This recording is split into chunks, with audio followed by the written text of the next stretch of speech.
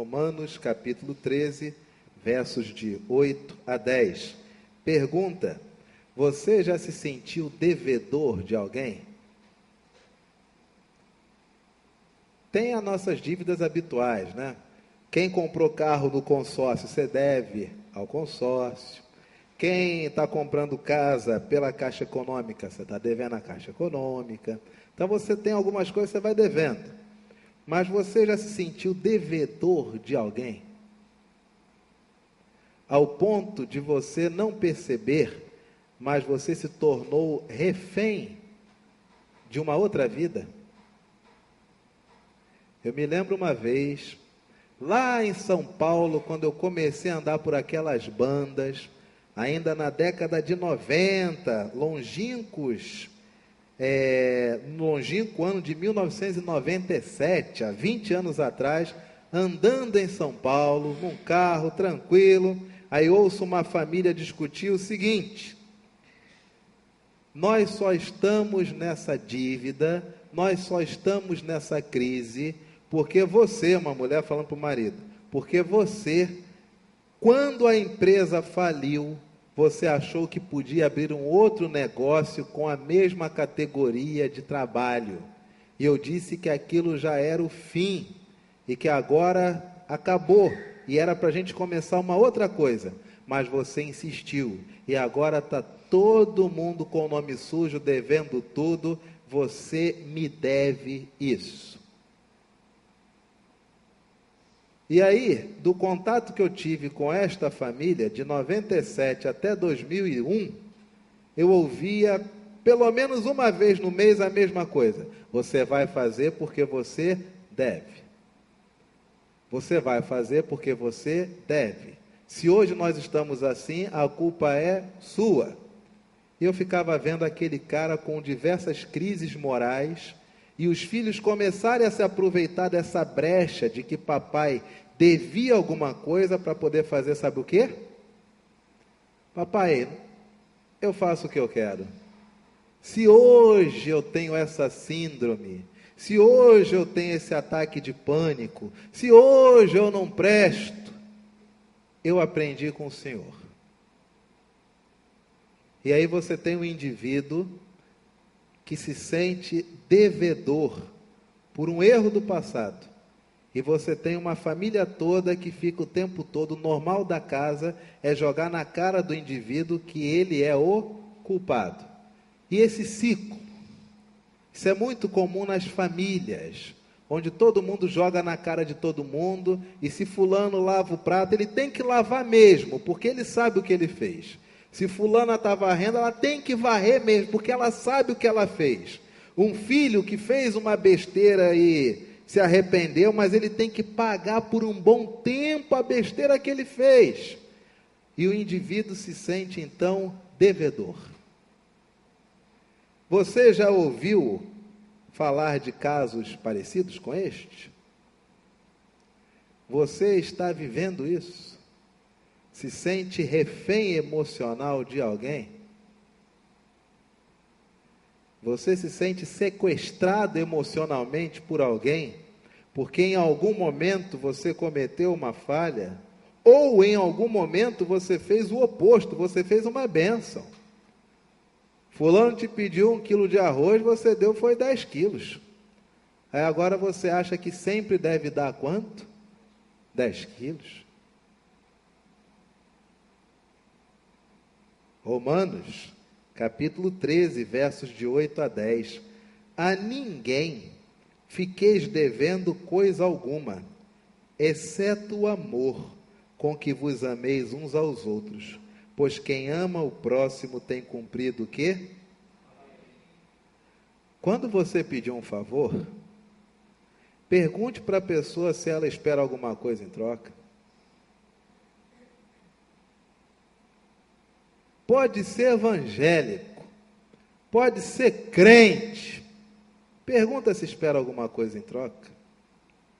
Sabe por quê? Porque o que tem de pessoas reféns emocionais de crente não está no gibi. Você já ouviu falar dessa expressão? Ô fulano, naquela vez que você estava em pecado e aconteceu isso, isso e aquilo outro, eu te ajudei. Agora Deus está me falando que chegou a hora de você me abençoar. O que é isso? Qual que é o nome disso? Você me deve. Só que de um jeito evangélico. Agora é hora de você, meu irmão, é hora de Deus te usar para me abençoar. Você descobre pelo terceiro que Deus quer usar você. Olha que coisa. Se você vai pedir um favor a alguém, com todo carinho pergunte: fulano, eu nunca vou ter como te pagar esse favor, tá? Mesmo assim, você pode me ajudar? Para você não cair na esparrela de ficar dependente ou devedor, sequestrado emocionalmente por um terceiro. Se você ajuda alguém, sabe o que essa pessoa lhe deve? Nada. O Evangelho não trabalha com categorias de dívidas. O Evangelho só trabalha com categoria de amor que se doa. Só isso. A ninguém fiqueis devendo coisa alguma, exceto o amor, com que vos ameis uns aos outros. Pois quem ama o próximo tem cumprido o quê? Tem cumprido o quê? Mas essa não é a lei que todos nós ouvimos tanto falar, que a lei era ruim, que a lei não prestava, que a lei era um período bárbaro, a lei privilegiava o patriarcado, a lei é péssima. Você acha que os 10 mandamentos caducaram? Ora, a mulher, quando está nas suas regras, quando está no seu ciclo menstrual, é óbvio que ela hoje pode andar normalmente. Por quê? Porque hoje existem os absorventes íntimos. Mas e na época existia? Aí fazia como, hein? Aí tem um Deus que tem que ensinar o que dá para fazer naquela época. Sabe por que nós consideramos tudo tão ruim antigamente? Porque enxergar o passado com a lente de hoje é ridículo, né? É absurdo. Como é que você lida com um povo que não tem noção nenhuma? Não existe a palavra higiene. Como é que você ensina as coisas a esse povo? Você vai começar ensinando como? Olha, cuidado, porque há micro-organismos. Hein? Eles não sabem nem o que é um organismo. Imagina um micro-organismo. E se perguntasse para você onde é que eles estão, você não tem nem lupa para mostrar. A lei se fazia com o que dava para ser feito na época. Olha o que diz a palavra do Senhor. Verso 9. Pois isto, não adulterarás, não matarás, não furtarás, não cobiçarás, e se há qualquer outro mandamento, tudo nesta palavra se resume. 2 pontos. Qual é o resumo de toda a lei? Amarás o teu próximo como a... O amor não pratica o mal contra o próximo, de sorte que é o cumprimento do quê? De sorte que o cumprimento da lei é o quê?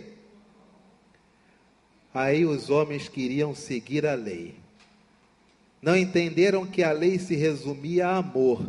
E começaram a seguir a lei, achando que a lei só poderia ser cumprida se um fosse o quê? Fiscal do outro. Então, Edmond, você está cumprindo a lei? Ih, não pode. Você está sentado, só está com um pé no chão, o outro está apoiado na outra perna. A regra é clara, tem que ter reverência. Vai ter que comprar uma ovelhinha que só eu vendo, porque essa aqui é a boa. É da vida, a lei é essa. Raquel, mostrando os braços, não pode, a regra é clara, tem que ter reverência, a lei é clara. Você vai ter que então sacrificar 2 pombinhos que só eu vendo, porque só os que eu vendo é que Deus aprova. Gleice, enrolando o cabelo, falta de reverência, a Bíblia é aberta, a regra é clara. E aí os indivíduos começaram a se tornar o quê? fiscais uns dos outros, porque não conseguiram entender o preceito de que o resumo da lei era o quê? Amor. Se eu amo o outro, eu não pego a mulher do outro. Se eu amo o outro, eu não roubo o outro. Se eu amo o outro, eu não vou mentir para o outro. Se eu amo a Deus, eu não tenho nenhum outro Deus diante do meu Deus. São coisas tão simples. Se o ser humano amasse, ele cumpriria toda a lei. Mas o ser humano, entre se doar e querer castigar o outro, o que nós preferimos? Castigo. Então você gera uma humanidade cuja lei para eles é tão somente o quê? Se tornar fiscal da vida alheia. Mas o Evangelho é bem claro.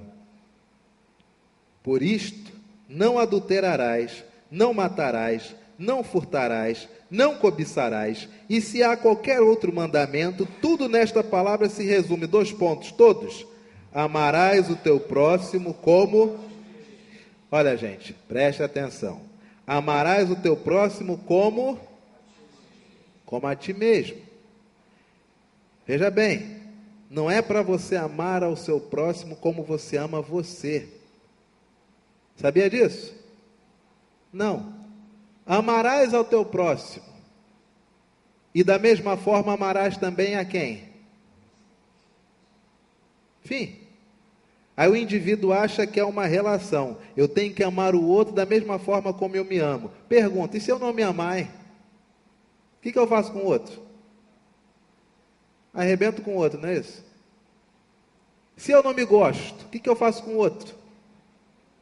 Se eu me detesto, o que eu faço com o outro? Amarás o Senhor teu Deus, amarás o teu próximo e também ame a você mesmo. Mas, pastor, com toda a sinceridade, isso é muito bonito, pastor. Poxa, viver uma vida dessa aí, que bacana. Isso deve ser bom para o senhor, que só lida com gente sincera, só lida com gente crente, só lida com gente que quer viver evangelho, e o resto não está nem aí. Isso aí deve ser bom para o senhor, que o senhor só lida com pessoas boas, os crentes. Já eu estou no meu local de trabalho, já eu estou na minha faculdade. Pastor, como que nós aplicamos isso no nosso dia a dia? Como que eu vou ficar devendo somente o amor a pessoas que não são amáveis, pastor? O senhor vai me desculpar, pastor, mas o indivíduo mata a minha mulher. Como é que eu vou amar esse cara, pastor? O indivíduo roubou milhões, tirou dinheiro das criancinhas. Como é que nós vamos amar esse homem, pastor? Ou, para ser politicamente correto, como é que eu vou amar essa mulher, pastor? Como?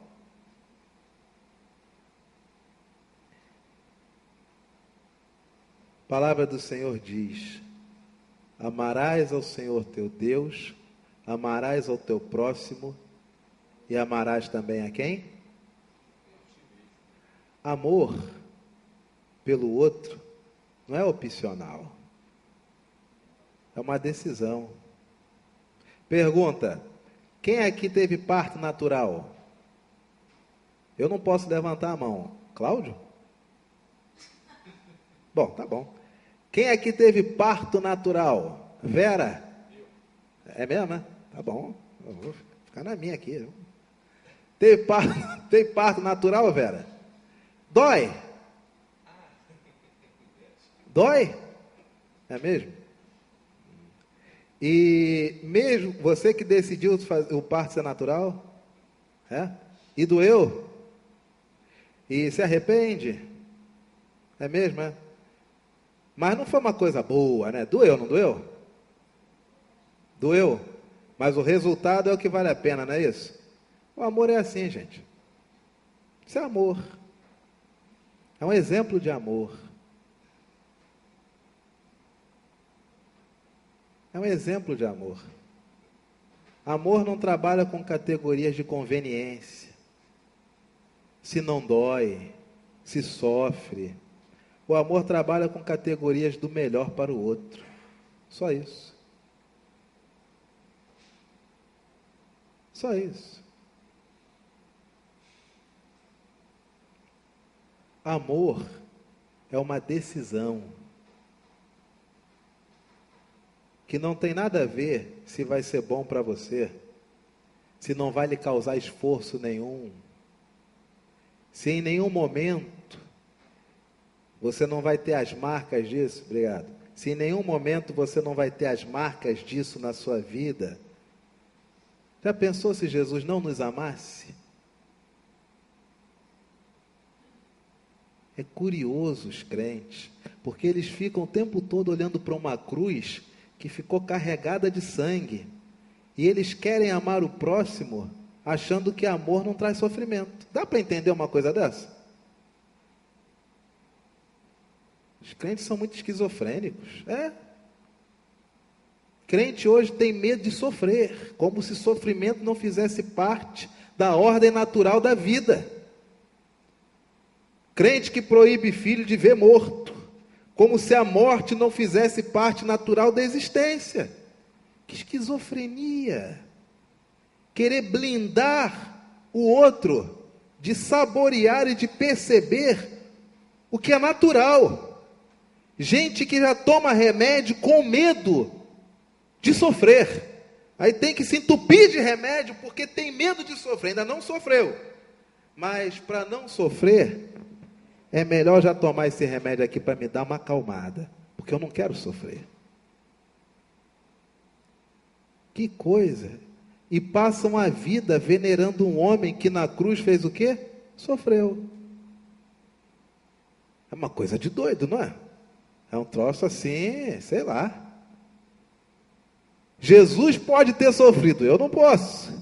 Jesus é a minha referência. Enquanto está tudo bem. Na hora da dor, estou fora. Pastor, se amar é uma decisão, como é que é o amor que o Evangelho diz, hein? Filhos, aprendam isso. Uma coisa é amar, outra coisa é gostar. Nosso compromisso no Evangelho é amar a todos. Mas tem pessoas que não são gostáveis. O que você vai fazer? Você vai gostar, você vai conviver, você vai jantar, você vai trazer para sua casa um homem que desvia milhões que poderiam ser investidos para tratamento de gente com câncer. Tu gosta de um homem desse? Você gosta? Para ser politicamente correto, tu gosta de uma mulher dessa? Os gostos não têm afinidade. Se você bebe, você vai conviver o resto dos seus dias com pessoas que são abstêmias. Vai dar certo? Vai chegar um momento que você diz o quê? Não, esse pessoal é muito chato, eu estou querendo ir ali, não posso. Se você não bebe, você vai andar com gente que só bebe. Porque os gostos são diferentes. Mas o crente confunde amar com gostar. Há pessoas que não são gostáveis. Você vai gostar do Mao Tse Tung? Você gosta dele? Você vai gostar do Hitler? Tu vai dar o nome do teu cachorro de Hitler? Ele é tão maneiro, ele é tão legal. Você vai batizar teu filho com esse nome, Hitler. Se for menina, Hitler. Não é gostável. Aí o indivíduo se culpa porque confunde gosto com amor. Não adianta. Eu não amo fulano, por quê? Porque eu não consigo chamar fulano para minha casa. Mas o Evangelho não diz que amar é botar dentro de casa. O Evangelho não diz nada disso.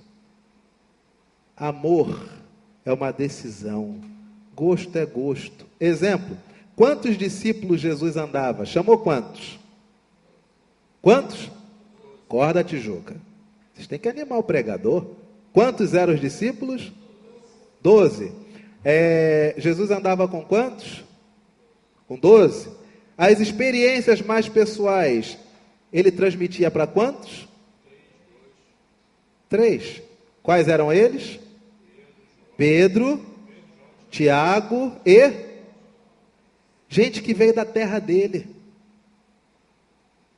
Gente com as quais ele tinha mais familiaridade. Gente cujos gostos eram mais parecidos. Agora você imagina para Pedro, como que devia ser um sacrifício andar com o indivíduo, um servidor público bom vivant, como Levi ou Mateus. Pedro doido para uma ascensão social. Aí tudo que Pedro talvez dissesse entre os amigos: quando esse homem se tornar um Messias sobre todo Israel, eu vou comer lagosta todo dia. Aí Mateus diz: eu comia, mas dá muito refluxo. Dá muito refluxo. Aí vem outro, Tiago: quando o homem assumir, eu quero o ministério da fazenda, e o meu sonho vai ser abastecer meus celeiros com vinho. Aí Mateus: mas tem que saber fazer, hein? Porque os que eu tinha lá em casa, negócio de umidade é um caso sério com vinho, cara. Presta atenção nisso. Cara chato. Se você tinha isso tudo, o que está andando com nós? Aí você tem Jesus, que as experiências mais pessoais era para Pedro, Tiago e João. Jesus amava a todos, mas os gostos, as familiaridades, era com alguns. Quantas pessoas tem aqui? Deve dar hoje umas 30 pessoas. Com quais dessas 30 você tem familiaridade? Com os 30, com os 29? Não. Porque amizades, estou repetindo pela segunda vez, amizades são encontros de dignidades. Em locais onde as pessoas logo cedo se organizam em clubes, é muito mais fácil você ter amigos. Em colégios onde, por exemplo, o pessoal que é do clube do livro, aí já tem um grupo que gosta de livro. Agora o clube de ciências é o pessoal que gosta de ciências. Aí o indivíduo passa a vida toda naquele colégio, quando ele se forma, daquele grupo de livro de 10 pessoas, talvez ele saia com 1 ou 2 amigos para a vida toda.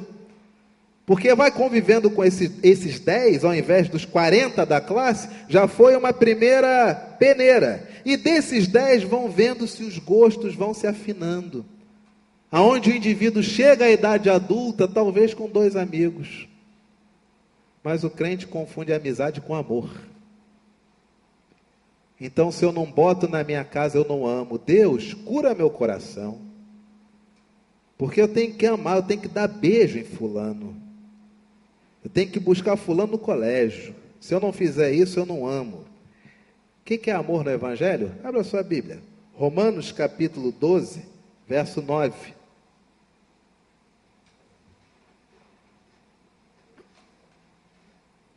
Romanos capítulo 12, verso de número 9. O amor seja sem hipocrisia.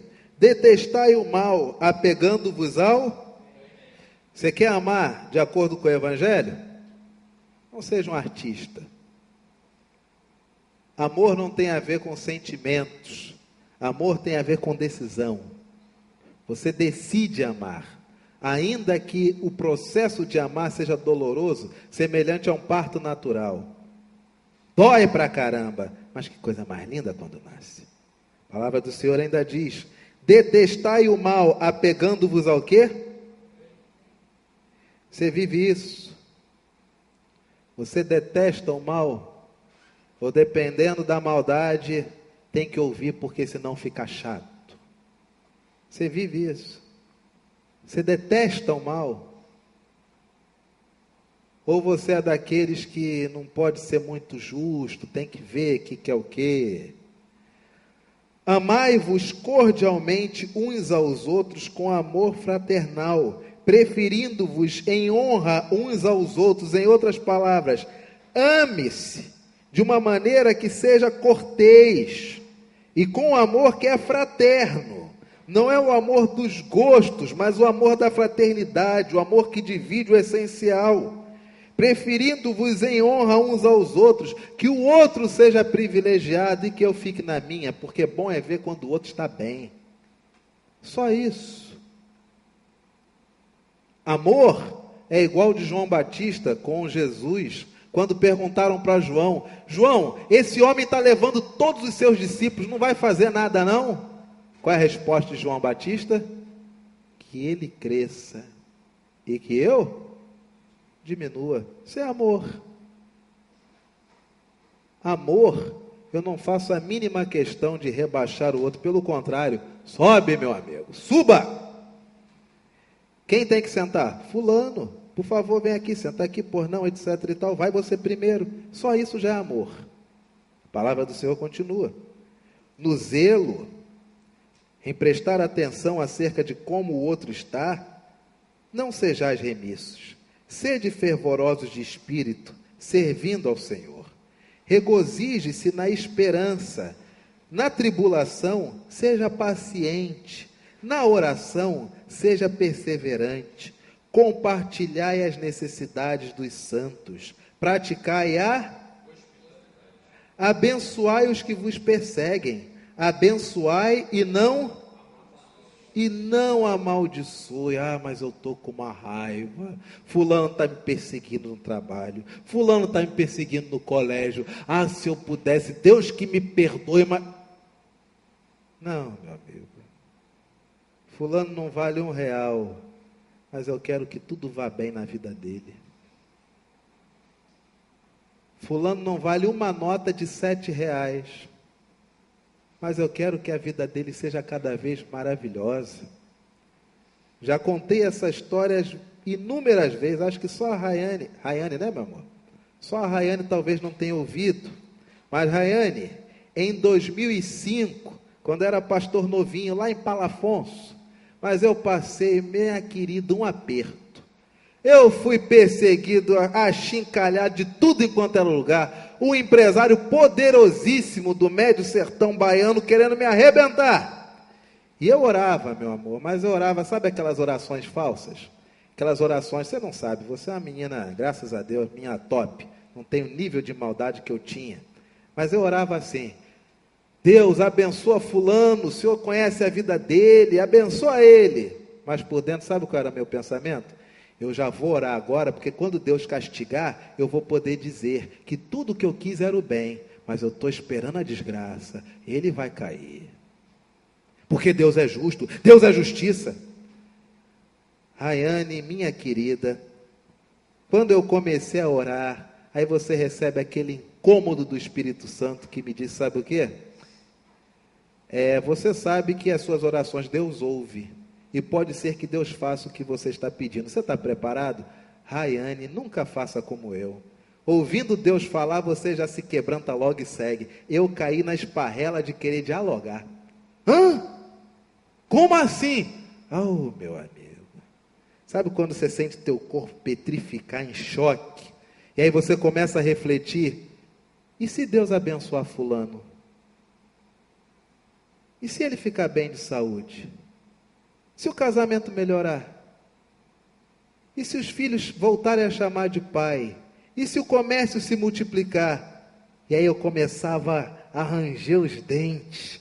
Eu não estou preparado para isso. Eu não estou preparado para ver essa bênção na vida dele, porque ele me desgraçou. Aí vem aquele choque do espírito. Amar é uma decisão. Não tem a ver com gosto, tem a ver com força de vontade.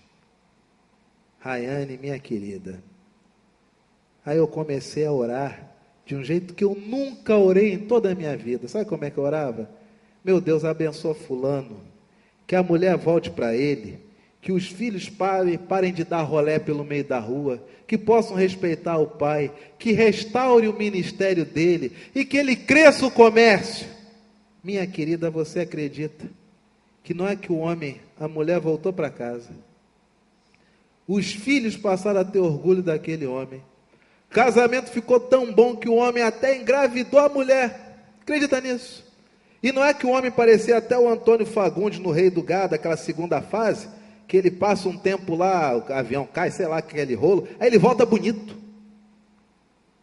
Ninguém nunca entendeu nada daquela novela, o cara sumiu, voltou bonitão. Não é que o homem ficou mais bonito, rapaz? Eu que já estava careca naquela época, o cabelo do cara ficou até ondulado. Eu olhava de longe na minha bicicletinha e dizia: Deus ouve as orações. Coisa boa, que prospere mais. Só falta a empresa não fechar. O homem fez acordos, a empresa ampliou. E aquilo para mim era uma alegria, me achar participante da felicidade do outro. Mas isso não quer dizer que eu ainda havia o quê? Perdoado. Eu tinha passado a amar, mas faltava ainda perdoar. Que coisa. Sabe o que aconteceu, filha? Aí fui fazer um curso, me encontrei com ele. Aí ele por 2 vezes tentou chegar perto de mim, e eu muito incisivo, garoto novo, não era nem casado. O cara chegava, eu pá, mostrava que eu era inabalável. Até que um dia eu falei, rapaz, esse homem já me pediu perdão. Se pediu perdão, acabou. E eu cheguei para ele na outra aula e falei, fulano, estou precisando de um favor que eu não posso pagar, você pode me ajudar? Ele falou, olha, eu não sei, pastor, se eu posso fazer, o que o senhor quer? Estou precisando de um negocinho assim, se você puder botar no periódico mais 5 linhas do aniversário da igreja, para nós vai ser ótimo, tem como publicar? Do lado lá da nota lá dos funerais, quem morreu, etc e tal, aquelas notas que ninguém lê, bota lá que a segunda igreja está fazendo aniversário, é possível? Vou ver o que eu posso fazer. Falei, poxa, que bom, louvado seja Deus. Uma semana depois o presbítero bate lá em casa, pastor Anderson, falei, eita, ou nasceu alguém, ou morreu alguém, ou alguém foi preso, ou é uma fofoca. Pois não, o senhor já viu o jornal? Não. Oxe, o pastor está perdendo, não sabe o que acontece no jornal? Pois não. Aí mostra o jornal, a nossa igreja era a reportagem central. O homem botou a igreja na capa do jornal e como reportagem central, aquela que você abre o jornalzão, está lá a foto da igreja. Tudo começou quando o Espírito me confrontou dizendo, Deus ouve a sua oração. Abençoai os que vos perseguem, abençoai e não amaldiçoeis. Que a família de quem te persegue esteja unida, que haja amor naquele lar, que se for um homem que nunca fique doente, se for uma mulher que nunca fique doente, se os filhos estão divididos, que a família se reúna e que eles nunca saibam que você os abençoava, porque você não se importa com categorias de reconhecimento. Isso é o evangelho, meu amigo. O resto é conversinha fiada. Abençoai os que vos perseguem, abençoai e não amaldiçoeis. Alegrai-vos com os que se alegram e chorai com os que choram. Qual que é o tema hoje? A alegria? Vamos nos alegrar. O tema hoje é tristeza? Bora chorar. Você não pode ser o centro das atenções, que o outro seja. Trouxe uma notícia ruim? Estou aqui à disposição. Trouxe uma notícia boa? Vamos comemorar. Tende o mesmo sentimento uns para com os outros. Em lugar de serdes orgulhosos, condescendei com o que é humilde. Não sejais sábio aos vossos próprios olhos. Coisa, Rayane, que eu já contei e aprendi lá em Palafonso, interior da Bahia. Você pode ser o que você achar, mas quando alguém chega para você com a Bíblia e diz, assim diz o Senhor, ah, meu amigo, acaba tudo. Uma vez eu fui exortado por uma criancinha, lá em Paulo Afonso, ela veio com a Bíblia dos Gideões Internacionais, pastor, assim diz o Senhor, na hora, pode falar, minha filha. E ela leu um texto, eu falei, você tem toda a razão, porque assim diz o Senhor, você está certa. Você não pode ser sábio aos seus próprios olhos. Quem sabe sou eu.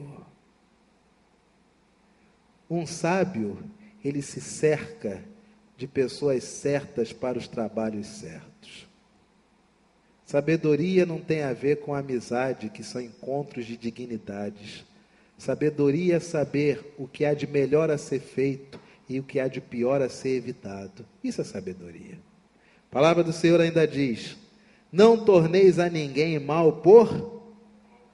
Acorda, Tijuca, acorda o pregador, senão vai até 9 horas. Não torneis a ninguém mal por... Esforçai-vos por fazer o bem perante todos os... Não devolva o mal com mal. Faça isso não. Se o indivíduo não quer falar com você, não tem problema nenhum. Mas passou pela tua frente, é um abraço. Se não quer abraçar, não abrace, ainda que seja um aceno, mas não transforme o mal que lhe é feito em retorno para o outro, pelo contrário.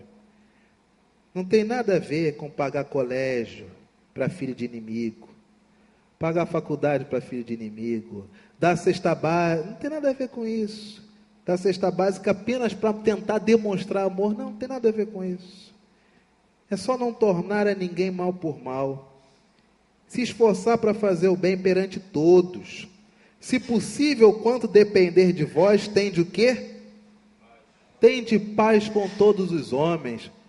Problema de fulano qual que é, hein? Como é que dá para fazer a paz nisso aí, meu amigo? Acabou. O que depender de você, meu querido, priorize a paz. Você quer paz. Muitas vezes a nossa mente está tão conturbada que ninguém pode dar aquilo que não tem. Se a mente está agitada, você só transmite agitação. Se a mente está inquieta, você só transmite inquietação. Aí o Evangelho diz, se possível, no que depender de você, tenha paz. Só isso. A palavra do Senhor continua. Não vos vingueis a vós mesmos, amados, mas dai lugar à ira, porque está escrito, a mim me pertence a vingança, eu é que retribuirei, diz o Senhor. Aqui, pastor, está vendo? Aqui está dizendo que nós devemos dar lugar à ira. É verdade, meu amigo. Não consume a raiva, não. Prefira carregar com você esse sentimento até que ele seja achatado pelo amor. Não dê vazão à vingança. Fulano me fez mal também, agora eu vou tornar a vida dele inferno. Não. Isso é desvio de caráter. Fulana não vale nada, eu também agora, o que depender de mim, mas eu vou... Não. Isso não tem a ver com o Evangelho. Isso é desvio de caráter. O que eu não quero para mim, eu não faço com o outro. E o Evangelho diz, olha o que está escrito, não vingue você mesmo, você não compre seu barulho.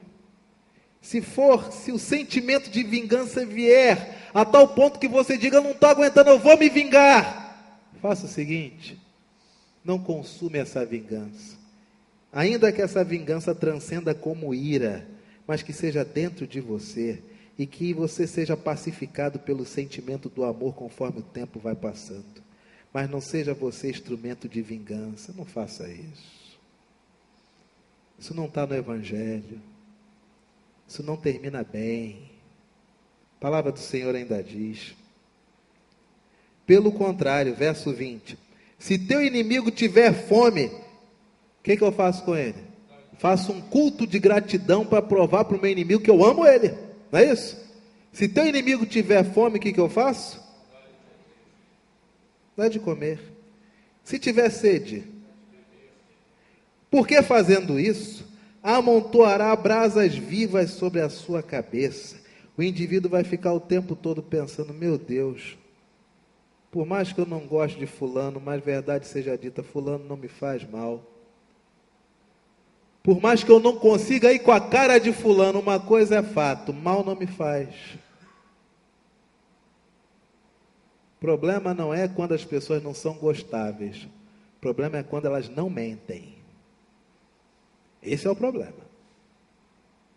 As pessoas têm o direito de simplesmente não ir com a sua cara. Ninguém é obrigado a me amar ou a te amar. Brabo é quando ela diz, fulano é racista e não está mentindo. Aí é brabo. Brabo é quando diz, fulano é ladrão e não está mentindo. Se as pessoas não vão com a sua cara, se você é tão ruim assim que todo o universo conspira contra você, elas têm o direito de achar isso. Cada um é cada um. Mas elas não podem falar verdade sobre você que lamentavelmente sejam realmente verdade. Verdade ou mentira? Que não seja verdade, que seja mentira. De tal modo que você não pode nunca ser pego em qualquer atitude que denuncie para outros que você é culpado naquilo que as pessoas lhe imputam o mal, mas que você é inocente. Faça isso não. Isso é terrível. A palavra do Senhor continua. Não te deixes vencer do mal, Mas vence o mal com o quê? Mas vence o mal com o bem. O exemplo maior disso é Jesus de Nazaré. Já pensou se Jesus se tornasse refém emocional das pessoas? Aí vem aquele soldado, rasga o lado dele com uma lança, não foi isso? Aí ele ressuscita. O que ele tem que fazer? Ele tem que dizer para o moço que está perdoado. Aí aqueles que cuspiram em Jesus, não aconteceu? Se Jesus fosse refém emocional das circunstâncias, o que ele teria que fazer? Os primeiros 3 meses da ressurreição de Jesus, ele teria que ficar dando satisfação social a todo mundo. Que ele achasse que ele era devedor. Você me rasgou com uma lança, mas eu estou bem, está perdoado. Você me cuspiu, mas eu estou bem, está perdoado. Você mentiu naquele testemunho contra mim, mas eu estou bem, está perdoado. Não te deixes vencer do mal, mas vence o mal com o quê? Vence o mal com o bem, meu amigo. Vença o mal com o bem. Meu Deus, tantos testemunhos a gente podia trazer aqui, de que a melhor coisa que você tem a fazer é o bem. Mas não quero dar testemunho nenhum mais não. A palavra está dita. Isso aqui é o Evangelho. Amor é isto aqui. Você pode não gostar daquilo que o outro gosta, mas todos nós devemos amar. E esse aqui é o amor com o qual nós devemos amar. E se doer ao amar, é sinal que você está começando a perceber o quanto que doeu no nosso Salvador. E nem por isso ele deixou de amar. Amém, querido?